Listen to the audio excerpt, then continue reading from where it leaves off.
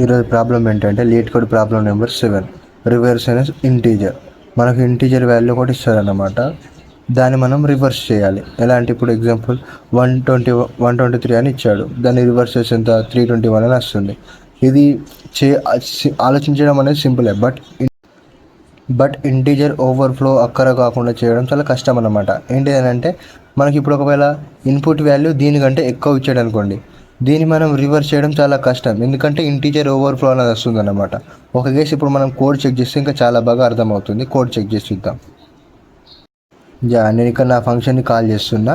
నాకు integer value return కావాలి కాబట్టి ఇంట్ అని ఇస్తున్నా. ఇందులోకి నా ఎక్స్ అనే value integer X value return చేస్తున్నా. ఇప్పుడు నేను రివర్స్ 0 నుంచి వెళ్ళి స్టార్ట్ చేస్తున్నా. ఫస్ట్ 0 ఇచ్చుకున్నా. If X not equal to 0, ఈ ఎక్స్ అనేది నాట్ ఈక్వల్ టు 0 అయినప్పుడు నేను కండిషన్ చెక్ చేస్తున్నా. ఏంటిదంటే డిజిట్ ఎక్స్ మాడ్ బై 10 అని అంటే ఎంత 123 అని అంటే ఇందులో మనకు మాడ్ అని అంటే లాస్ట్ 3 అనేది అవుట్పుట్ వస్తుంది అన్నమాట. ఇక్కడ 3 అనేది అవుట్పుట్ వస్తుంది. ఇక్కడ ఎక్స్ డివైడెడ్ బై 10 అని అంటే మనకు లాస్ట్ వాల్యూ రిమూవ్ అయిపోతుంది. ఎంత మిగులుతుంది? 112 అనేది మిగులుతుంది అన్నమాట. ఓకే, ఇది కండిషన్ ఏంటిది? ఇంటీజర్ ఓవర్ఫ్లో అవునా కదా అని చెక్ చేస్తాం. ఇది ఇంటీజర్ ఓవర్ఫ్లో కాదు. సో నేను నెక్స్ట్కి మూవ్ అవుతాను. నెక్స్ట్ ఏముంది ఇక్కడ? Reverse equal to reverse into 10 plus digit. మనకు రివర్స్ అనే వాల్యూ ఎంత? ఇక్కడ 0. లైక్ మళ్ళీ డిజిట్ అని ఇక్కడ వాల్యూ ఎంత వచ్చింది? 3 అని వచ్చింది. కాబట్టి ఇక్కడ రివర్స్లో ఎంత? 3 అనేది స్టోర్ అవుతుంది. ఓకే, నెక్స్ట్ మళ్ళీ చెక్ చేసుకుంటాం. ఇప్పుడు integer X not equal to 0నా? Yes, true. కాబట్టి నేను మళ్ళీ వస్తున్నా. డిజిట్ ఎక్స్ మాడ్ బై 10 అని అంటే ఎంత? మనకి ఇక్కడ ఎక్స్ వాల్యూ ఎంత? 12 అని ఉండే. మాడ్ అని అంటే ఎంత? మీకు ఇక్కడ వస్తుంది 2 అనేది వస్తుంది. లైక్ మళ్ళీ ఇక్కడ X equal to X divided by 10 అలా అంటే లాస్ట్ వాల్యూ రిమూవ్ అయిపోతుంది. ఇక్కడ 1 అనేది ఉంటుంది అనమాట. ఇప్పుడు ఇది ఇంటీజర్ ఓవర్ఫ్లో అవునా కదా అని చెక్ చేస్తాం. ఇది ఇంటీజర్ ఓవర్ఫ్లో కాదు. సో మనం ఇక్కడ వస్తున్నా. ఇప్పుడు రివర్స్ వాల్యూ ఇక్కడ ఎంత ఉంది? మనకి ఇక్కడ 3 అనేది ఉంది. 3 ఇంటూ 10 అంటే ఎంత?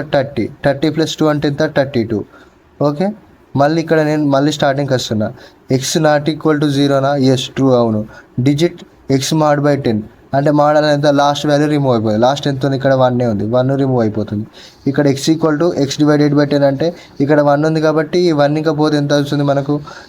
ఇంకా ఏం ఉండిపోదు అన్నమాట. మొత్తం ఇది 0 అయిపోతుంది. నెక్స్ట్ ఇది ఇంటీజర్ ఓవర్ఫ్లో అవునా కదా అని చెక్ చేస్తాం. ఇది ఇంటీజర్ ఓవర్ఫ్లో కాదు. సో నేను ఇక్కడ వచ్చి చెక్ చేస్తున్నా. ఇప్పుడు రివర్స్ వాల్యూ ఎంత?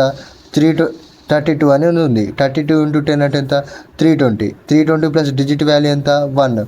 కాబట్టి 321. మళ్ళీ ఇక్కడ వస్తుంది ఎక్స్ నాట్ ఈక్వల్ టు 0నా? కండిషన్ అనేది ఫాల్స్ అయిపోతుంది, ఎందుకంటే మనకి ఇక్కడ ఎక్స్ 0 వచ్చింది. కాబట్టి నేను ఇక్కడ రిటర్న్ రివర్స్ అనేది చేస్తున్నాను. ఇప్పుడు రివర్స్ వాల్యూ ఎంత? 321. దీని యొక్క టైం కాంప్లెక్సిటీ ఏంటిదని అంటే time complexity equal to order of number of elements అన్నమాట. దాని తర్వాత స్పేస్ కాంప్లెక్సిటీ ఏంటిదని అంటే ఆర్డర్ ఆఫ్ 1. ఓకే గైస్, ఇలా చెక్ చేస్తాం అన్నమాట.